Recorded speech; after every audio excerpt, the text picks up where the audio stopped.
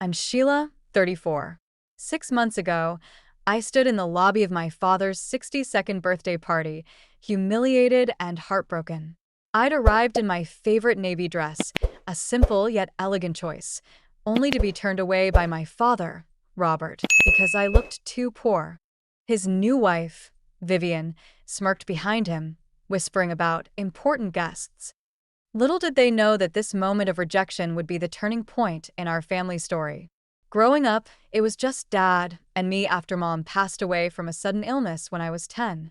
Dad was a hard, working man, building his small tech startup from the ground up. He was my hero, always there for me, attending my science fairs and cheering me on. Those were the golden days, filled with love and shared dreams. Everything changed when Dad met Vivian at a business conference. She was glamorous, with a taste for luxury and a knack for social climbing. She came with her two children, Leo and Mia, who were 13 and 17 at the time. Almost immediately, Vivian started to reshape our family to fit her vision of success. We moved from our cozy suburban home to a large mansion in the city's most exclusive neighborhood, and Dad began working longer hours to keep up with the new lifestyle. Vivian's influence was like a slow, spreading shadow. She started to undermine my achievements. Our report cards were met with a simple, good job, while Leo's average grades in art were celebrated as signs of his creativity. Mia, with her designer clothes and a talent for socializing, became the model child in Vivian's eyes. Sheila, why can't you be more like Mia? Became a common refrain. As I got older, Dad's attention shifted further away from me. He stopped asking about my school projects and my dreams of following in his footsteps in the tech industry. Business is tough for a woman, he'd say. You should think about something more stable, like teaching. I was devastated, but I refused to give up. With the support of my grandfather, Henry, a retired engineer, I worked hard and got into a top-tier business school. Grandpa Henry believed in me, and he secretly set aside money to help me through college. I graduated with honors, but Dad and Vivian left my graduation ceremony early, citing Mia's dance recital. After graduation, I landed an entry-level position at Summit Technologies, one of the largest tech conglomerates in the region.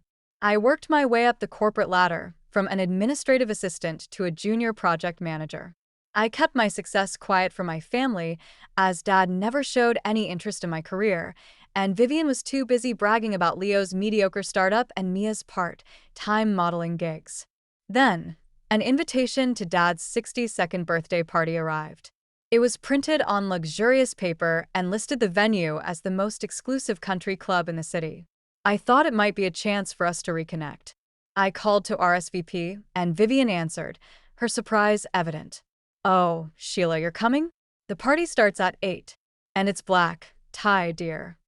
A week before the party, I heard rumors at work that Summit Technologies was considering a major acquisition of a mid-sized tech company.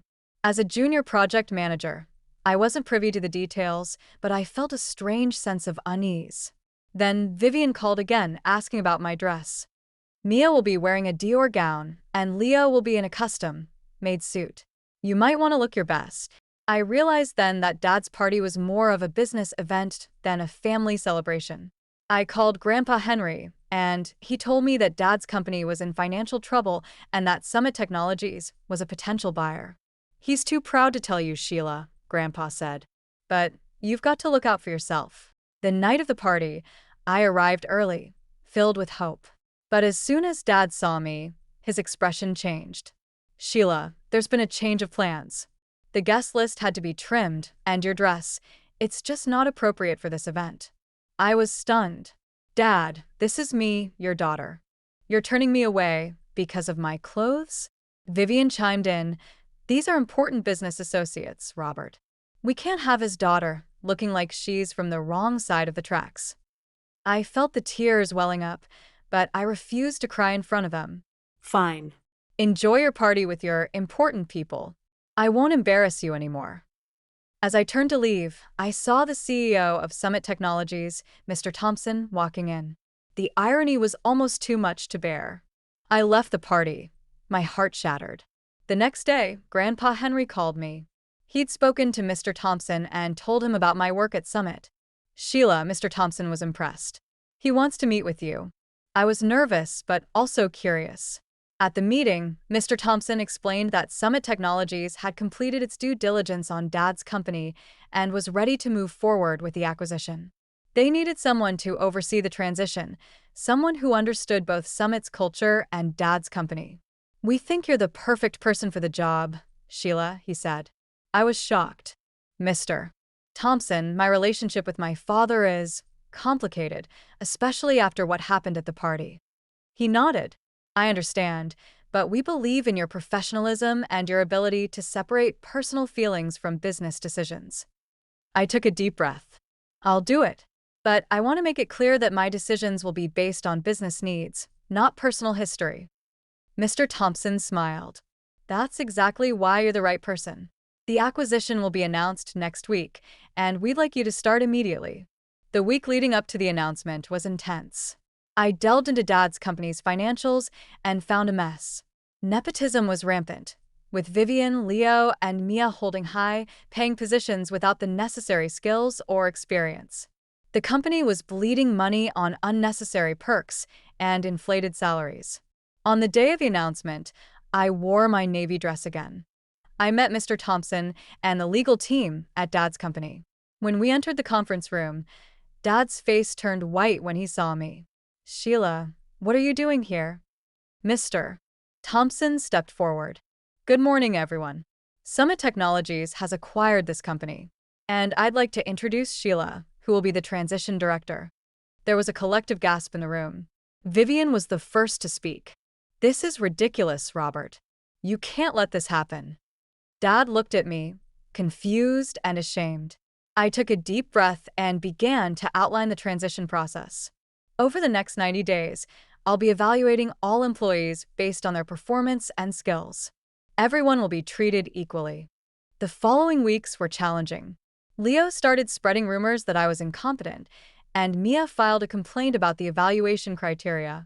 But I remained professional, and their attempts to undermine me failed. One evening, about 3 weeks into the transition, Dad came to my temporary office. "Can we talk, Sheila?" Not as a boss and an employee, but as father and daughter. I closed my laptop and nodded. He asked, "Why didn't you tell me you worked at Summit?" I replied, "You never asked, Dad. You were too busy with Vivian and her children." He hung his head in shame. "I was wrong, Sheila. I let appearances and Vivian's influence cloud my judgment. I'm so sorry about the party." I told him, "It's not just the party, Dad. It's been years of you ignoring my dreams and achievements. You always thought I wasn't good enough for the business." He sighed. "I see that now. You have a natural talent for this, just like I did at your age. And like your mother." We talked late into the night, and for the first time in years, I felt like I was talking to the real Dad. He admitted that he'd made a lot of mistakes, and I forgave him.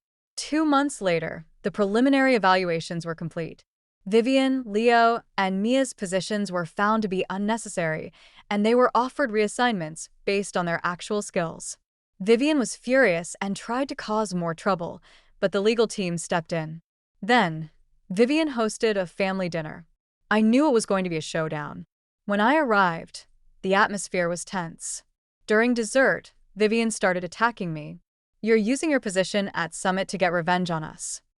I looked her in the eye and said, "This is not about revenge. This is about saving a company that has been mismanaged for years to fund your luxurious lifestyle and provide jobs for your children who aren't qualified." Dad finally saw the light. "Sheila's right, Vivian. I've been blind for too long. I'm sorry for all the pain I've caused." In the end, Vivian filed for divorce. Dad moved into a smaller apartment near the company, and he started working closely with the RD team, focusing on his true passion, innovation. 6 months after the acquisition, the company had turned around. It was profitable again, and the employees were motivated. We held a company celebration, and Dad stood up to speak. I nearly lost everything because I forgot what really mattered. But thanks to Summit Technologies and especially to my daughter, Sheila, we have a second chance.